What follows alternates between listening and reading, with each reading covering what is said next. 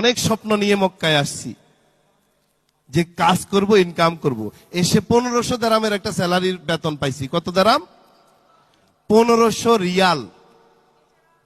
আমাকে এখানে একটা ভদ্রলোক বলে দিতে পারবেন ক্যালকুলেশন করে, আমি যদি 1500 রিয়াল করে 40 বছর সৌদি আরব বা কোন দেশে শ্রম দিই, আমার জীবন চেঞ্জ হবে কি?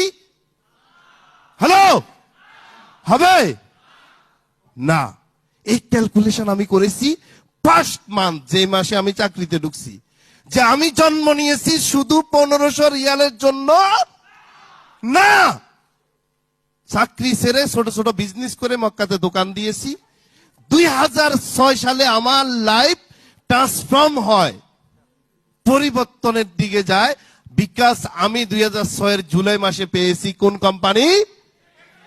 আজকে 20টা দেশ ভিজিট করেছি।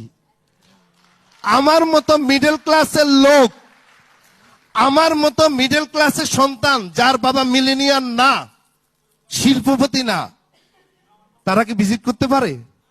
পারে? আমি আজকে ট্রেনিং দিচ্ছি হিন্দিতে 500-700 লোকের সামনে।